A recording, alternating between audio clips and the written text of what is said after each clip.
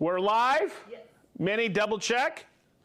We live? Almost there. Okay, hey everybody, welcome to Friday. It's 12 noon, so that means it's Festool Friday. That means it's time for Festool Live. This is episode 181. That's 19 away from what, Minnie? 200. Wow. Wow, it's been a heck of a week here. Okay, let's announce the room real quick. We have Christine over here on the board, okay? We have Chris, the unit cyber, getting ready for vacation probably soon enough. How'd you know? Hey, he's always on vacation. He's on the camera. We have Brent online answering all your questions. And we have the world famous Minnie. Tell us where you're from, everybody. Jacksonville, Florida. Could be Jamestown, Indiana. Oh my goodness gracious. Might be New York City. But make sure you tell Minnie because she writes it down on the board. Hey Minnie, have we got spell check for the board yet? Oh, no. Oh boy, we need spell check. Okay, so it's been a heck of a week here at Festool. We just finished our national sales meeting. We're all whooped, but what a fantastic week it was. And I want to thank all our TSMs, territory sales managers that were here, all our regional sales managers, all our VPs that were involved, all our CEOs and CFOs that were involved, and also all our directors. And I wanted to make sure all our salespeople, boy, they do a great job for us. So I just wanted to dedicate this episode 181 to them. Okay, Minnie, am I forgetting any announcements? Donut Day. Oh, it's what? National Donut Day. Everybody head to Donkey. It's National Donut Day. Did you guys see the new cups I got? They say Wicked Large, but they misspelled them. They spelled it L-L, whatever. It's Wicked Large. Have you seen them? No. Yeah, I just got a couple. Ronnie got me some, and Marianne. Yeah, Wicked Large. Okay, so here we go. I love topics like this, because some people may think, well, that's kind of boring. I do not, because I have learned, and I continue to learn, all about sanding abrasives and sanding pads and sanders. So I'm gonna step back, and this morning Chris and I were going through what episodes have we done. He listed them in the description, didn't you? Correct. Okay, we've done quite a few on sanding. You can see we did them on sanders. We did some on abrasives, I believe, early on. Some of this will be repetitive, but what I wanted to do to gear this all together is talk about some of the common things we hear here at Festool, but it's all about the one word I have on this board behind it, Chris: why? Why do we sand? And as I go through this today, talking about pads and abrasives and a Rotex versus an ETS or whatever, you're going to understand it's all based on grit. Okay, so this sounds really funny. Let's get down to the nitty gritty. Wait a minute, wait for it. Minnie, let's tackle this abrasive subject. Huh? Okay, no. Oh my Woo, woo, woo! Dad joke alert. Okay, so let's step over here. When we look at Granat sandpaper, okay, and you're gonna see that's the one I key on most of the way through this, but we have several variety of sandpapers. When somebody comes up to me, hey, what grit do I need? Granat sandpaper is available, okay, in 40 grit all the way to 1500 grit. And someone may go, well, which ones do I need? It's simple. What are you sanding? What's your application? So I'm going to go way back in time when I was training sales managers, and I had a fresh sales manager I was training here over the weekend, and he said, Sedge, let's stop right there. Tell me why we sand. And he kind of took me for a loop there, and I thought, oh, wait a minute. Why do we sand? And that's how you can gear which grits you need. What are you trying to accomplish? Okay, are you trying to remove paint?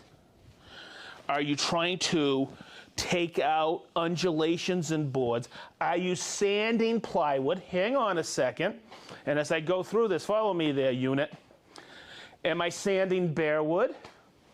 Am I sanding in between coats of finish to give it some adhesion or fair it? So when I spray another coat, okay, it's nice. Or am I trying to what?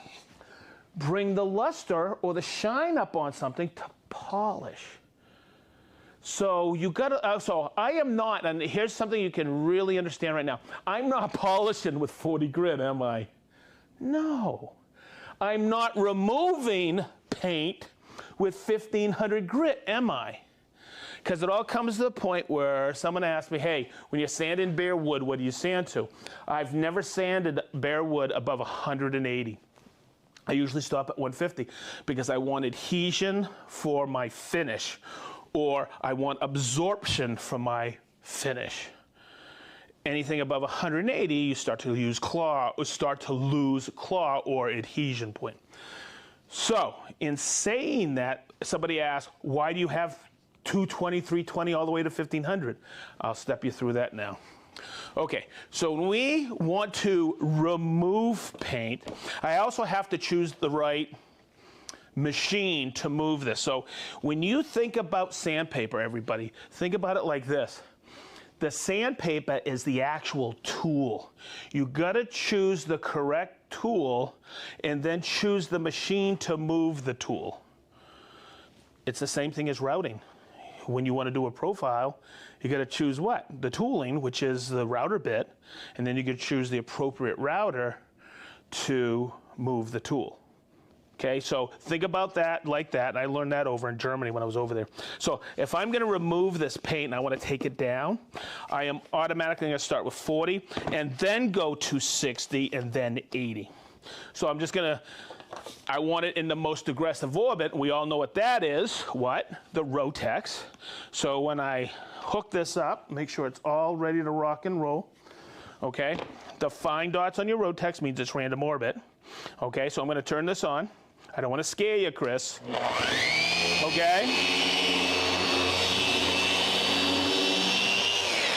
But if I want to speed up the removal process, because that's my goal, is to remove the paint, I take it, I put it in Rotex, you'll hear it click, and now it's a geared random orbit.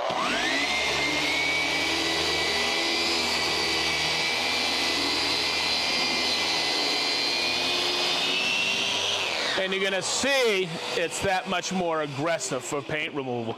Once I remove the paint, then I step it up and remove the 40 grit scratch pattern, and it's easy with 60 grit and then 80 grit. Okay, so I just wanted to point that out. That's for stock removal. Now, the one thing I'm going to do, because I really want to prove my point on this, is I'm going to take this, I'm going to put a 60 grit on here. Okay, get him over here, Chris, because I want you to see the benefit of dust extraction. All right, I'm going to put it in Rotex, just like this, and I'm going to take this off. See right here, see this little green point right here? That removes the dust extraction. All right, now, this is some walnut, and hopefully we can see this. There's some undulations in here. Okay, I'm going to sit on it. Okay? Now, one of the things that happens is, yes, it's very, very rapid stock removal, even with 60 grit. But you're going to notice I start to gum up the paper. All right? The beauty of dust extraction is, check this out.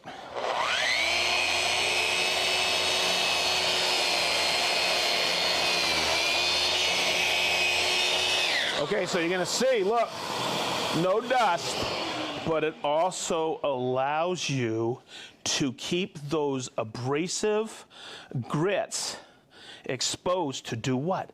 To cut the material or sand the material so you'll get the job done quicker and you'll preserve the paper longer. Hopefully that makes sense. Those are some whys. You know, why 40 grit, why 60 grit, why 80 grit? Now, let's step over here. I'm going to switch to a different sander. Whoop, whoop, whoop, whoop, whoop, whoop, whoop. Okay, I'm going to switch to my ETS EC 150/5, a more aggressive orbit. Okay, and usually when you have layouts or whatever, and you just have some different marks on here, I think this is 300 millimeter, you want to remove that, and it's plywood. But here's another why. And I'm going to flip this over so you understand this. Okay, so I have 80 grit. I would not use 80 grit on this. This is plywood. It's a very thin veneer. Most plywood or cabinet grade plywood out of the manufacturer is usually surface sanded to about 120. So I will start, there's 180, there's 150, so I would start with 120. And I think I got 120 on there now. I do. Huh, go figure, I always use my ETS 150 for sand and ply. It gets the job done quick. So, the why to this is, what are you trying to accomplish? I'm removing witness marks on my plywood. Okay, I'm building cabinets. Don't start with 80. Start with 120. And just take your time. And in Sanding 101, one of the original Festool Lives, I talk about the to and fro, back and forth, to keep the whole thing flat, and then 6 to 8 inch circles, just taking my time. The one thing you don't want is to put an aggressive sandpaper on here. The next thing you know, you're getting something like this. You're getting burned through, and that's a no-no. Okay? So you have to be very cognizant of your grits. Now, there's another flavor of paper that if the only thing you're sanding is wood, we prefer to show you or recommend what is known as Rubin 2. And I use Rubin 2 with wood. And we used to have Rubin, and a lot of shops were into Rubin, so we came out with Rubin 2. When it comes to Granat, it's the combination of sandpapers. It's like a combination blade on your table saw, because you can go from paint to finish to polish, whatever, and solid surface with Granat. Okay, this is designed for wood fiber, and this is Rubin 2, and I have that at my shop at home. From I use 80, majority of the time 120 through 180. Okay. Let's take a break on paper for a minute. Okay, let's talk about pads. Recently, we did an episode on interface pads. We actually did interface pads on, I think, on Lost in the Catalog 2 mini. And this is where I want to get the confusion out of there. This is the original interface pad. You're going to see how thick it is. It's spongy. We have it in a variety of different diameters and styles. We came out with this set because sometimes this was too tall. Okay, so we came out with a double set, so it's a little bit thinner. Okay, but you can stack these as well. Okay, and when you look at it on a display, they both say interface pads. You got to pay attention. One says 2 and one says 1. Okay, and this is the thicker one. But then we add to the confusion. Okay, but this is an interface pad, but we actually call them protection pads. And these are a must when using Granat net, another flavor. You use this when material breaks down, like auto body filler or drywall. It's a screen material. Over time, you'll chew up your little hooks here, your stick fix hooks. So what this does, it's a protection pad. And yes, it comes in a 2-pack. Minnie reminded me of that today. Okay, you put that on, and it protects the pad, hence protection pad. And we have that in several styles. If you are using Granat net, make sure you use protection pads. And it's not the double interface pad. Hopefully that makes sense. Now, over the years, and I'm going to get a piece.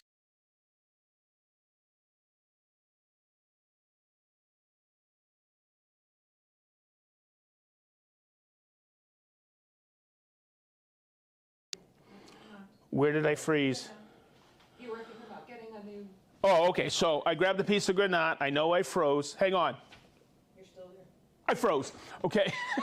Am I back on, men? You are. Okay. So hopefully you understand this. This is the original Jetstream pad. This is from the 2007 era. All right, where you had one center hole and these outside holes. And I used to hear people talk about this and say air is being pushed from the center. It's not. It's being pulled from the center by what? These two little notches right here. Boy, this is an old pad. Okay? So as it's turning, air is being pulled, and it's being pulled and dropped out here. So when I put the paper on,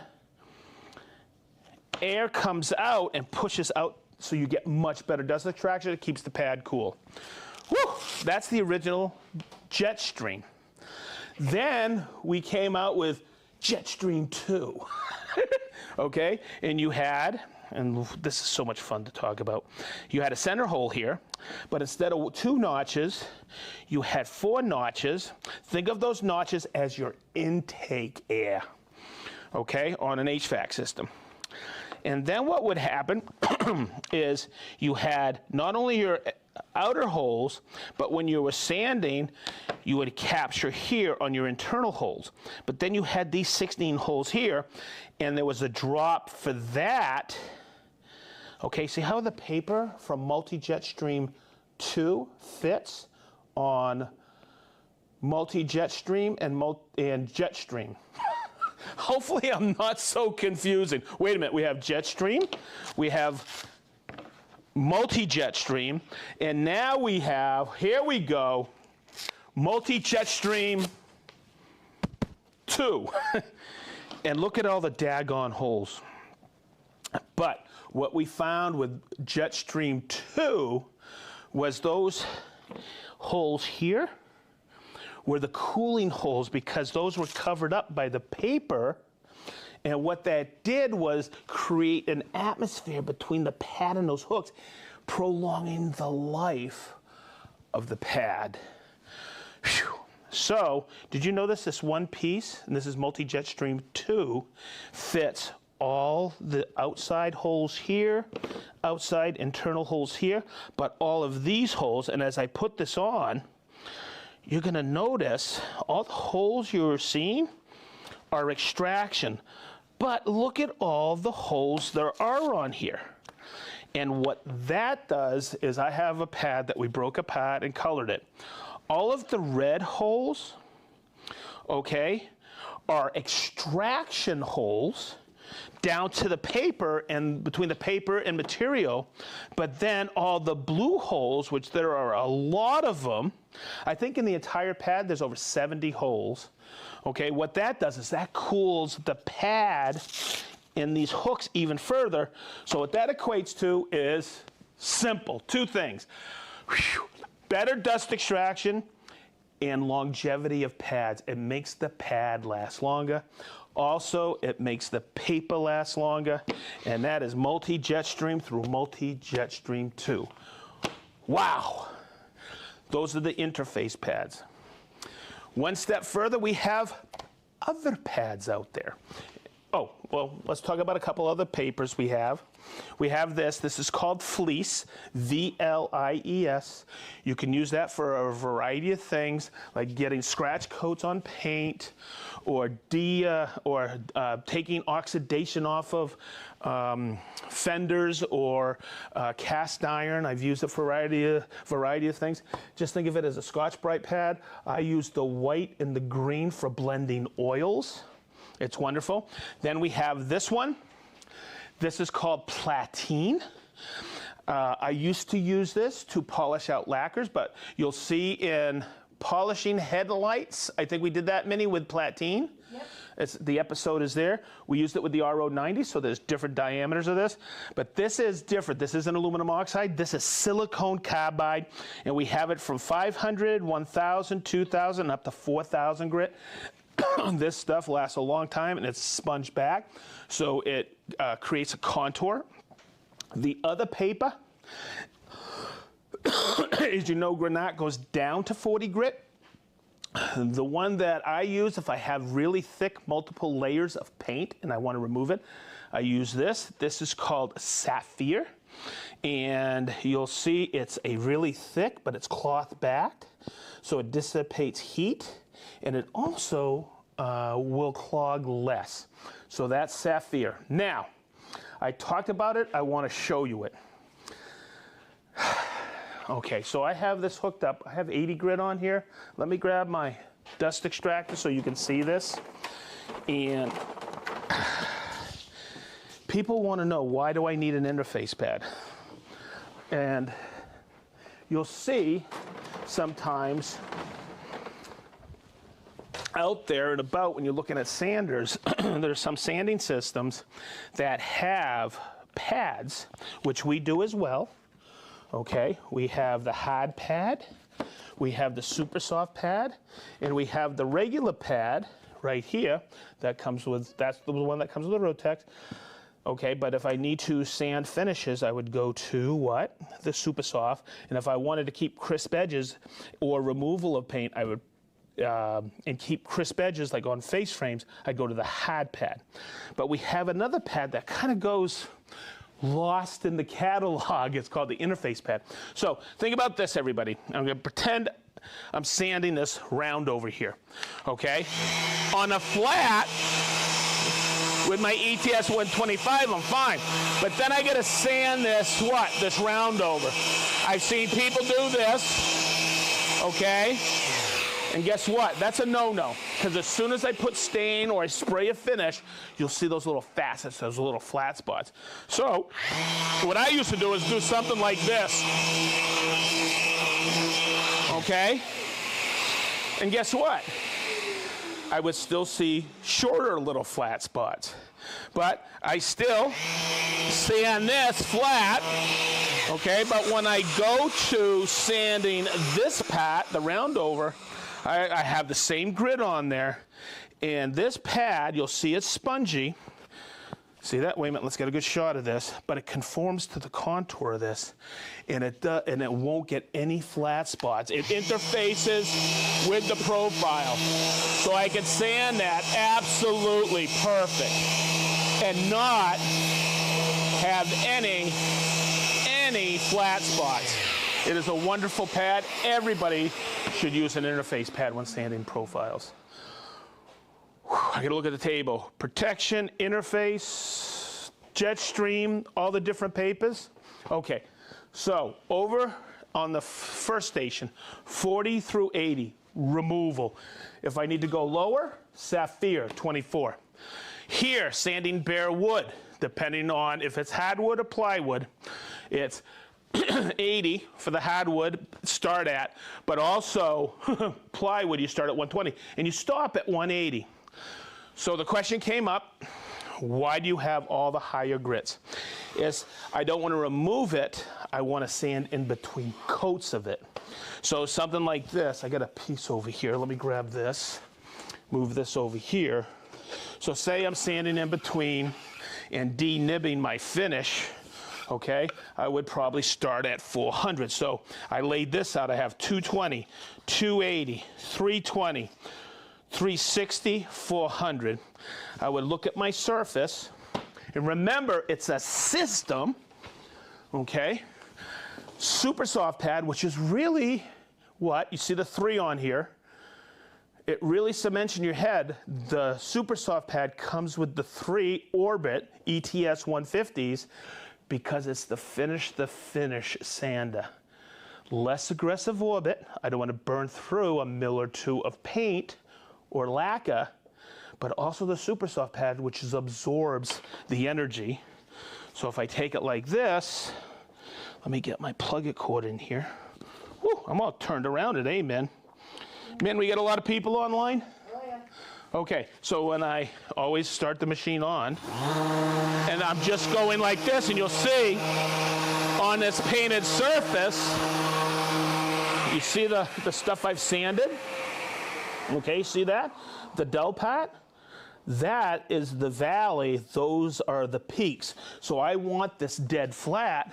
I would keep sanding and not sand through. Now, and remember, it's a system, I can always slow the sanded down. That's why variable speed.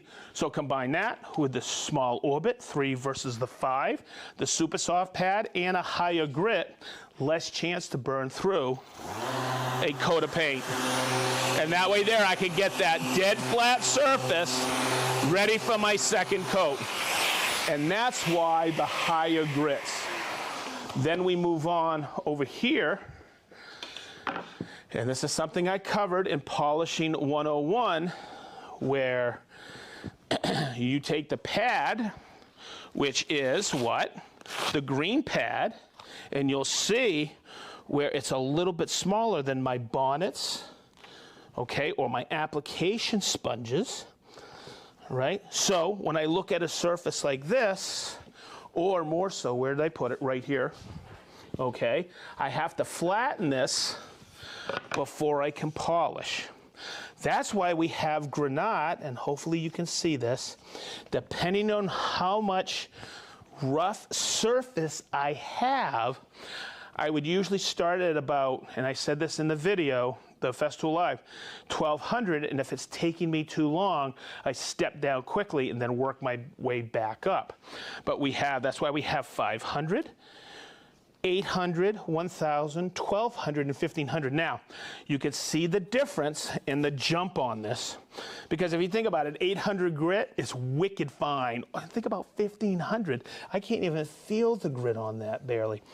So this is the paperback, okay? It jumps at 800 to a film back. And boy, does this really polish up a finish. But I always stop at 1,500. And what if I want, depending on the sheen or the luster I want on the paint? And something like this, I want high gloss. And how do I get it? You have to go back and watch that polishing video, because I like to apply with the orange sponge. And look, it's my 5,000 grit speed cut. If you look at this, MPA, machine polishing agent, and you see the number right there? That's the grit. So this is 5,000 grit. Think of it like this. 5,000 grit liquid sandpaper, and you apply it with a sponge and the Rotex sander. If I need to jump up after that, which is very rare for me, okay, this is MPA 9010, and guess what? It's color-coded, blue with blue. And then this one, anti-hologram. In other words, sometimes on cars you get that little hologram in there. This will polish up to 11,000 grit. Use the white sponge, because these, you'll see automatically, look at that, that is rougher than that. Okay, the other thing in that video, hopefully you understand, make sure you always clean in between grits. And it's a good thing when you're trying to achieve the right level and you want less swirl marks. Make sure you brush off and clean off your material between grits. I've thrown a lot of information out there today about sandpaper and sanding, but boy, I think we've combined a lot of episodes in one, which we did piecemeal before. So I'm really excited to talk about this, because guess what? Go watch episode this one, this one, this one, and this one, or just tune into episode 181. Okay, it covers all the grits, and maybe I've even added some stuff that I didn't cover in those other episodes. Woo! But the whole thing comes down to, I did it in March in Providence, Rhode Island. Somebody asked me, hey, I'm sanding this. What should I start with? What grit? And I went, oh, I guess that question will always be out there. So I always ask, what are you sanding? As will this question. Shoot. Totally hypothetical. Okay. What sander and sandpaper do you recommend if I fell asleep yesterday and my daughter painted my fingernails while I was asleep? Again, hypothetical. Do you know what I would do? Dip it in nail polish remover, which is, do you know what that is? Lacquer thinner. Oh, there you go. It's got a lacquer thinner base. But people don't know that. Minnie, I stopped using nail polish remover years ago. Good job. I just use lacquer thinner. Good job. Okay. Christine likes that. Okay. Hey. Wow, I almost forgot. We got to read off some names. Yeah. Hey, wow. Did you start on this side or the other side? This side. Chris from Minneapolis was first. Chris from Minneapolis, Minnesota. Ray from Pensacola, Florida. Joe from Waseca, Illinois. Mike M. Mr. Martinez from Austin, Texas. Andrew from Toledo, Ohio. Big Island Ed from Hawaii. Oh my God, it's him. Oh no! It is. Is it? It's Dirk from Dayton.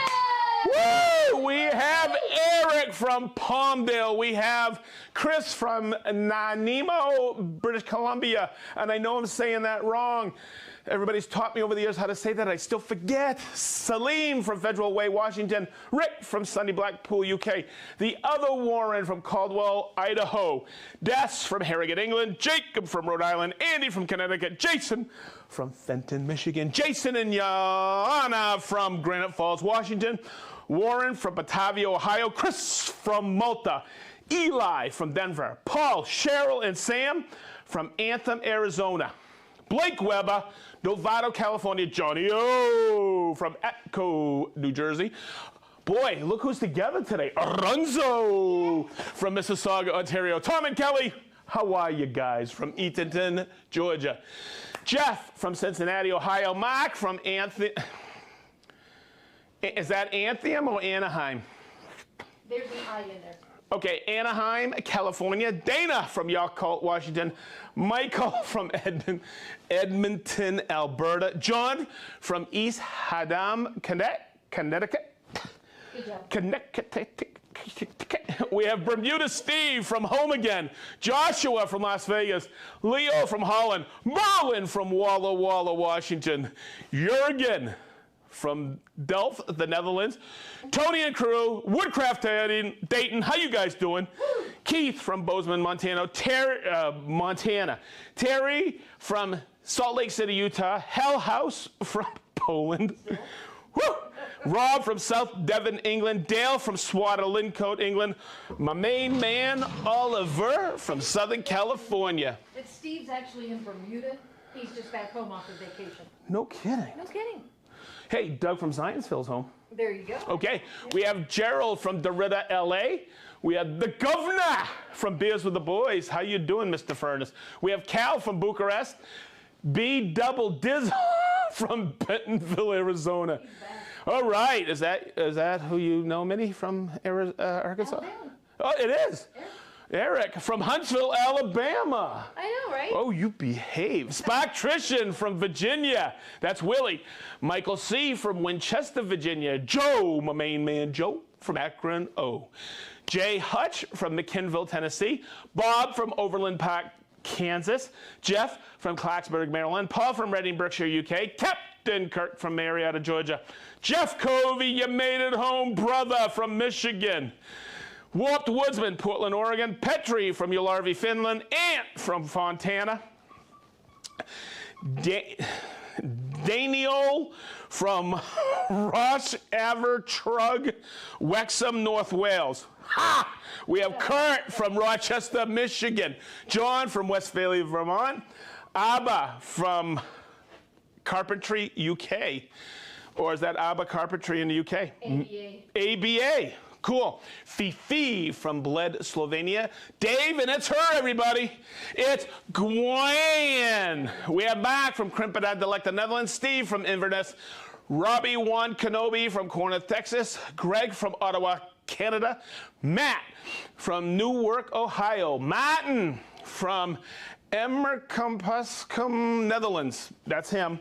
We have Mike P. from Oahu, Hawaii. John B. from Greenbrier, California. Steve from Middleton, Rhode Island. Carrie from Dallas, Texas. Apo, Aka, Finland. I got it. Woo! It only took 101 episodes. I got it. Michael from Puyallup, Washington. Stefan from Augsburg, Germany. Rico, Birgergaby, North Jutland, Denmark. That's him. Gail from Eden, New York. Anthony from Toledo, Ohio. Jerry from Norfolk, Nebraska. We know him. Yes. He was here this year. Ron from Eatonton, Washington. Danielle from Sweden. Danielle. We have Danielle from Sweden.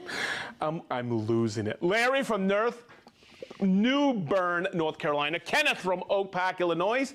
Jerry G from Sugar Grove, Illinois. Steven.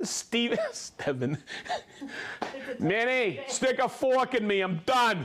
This is the best handwriting in weeks.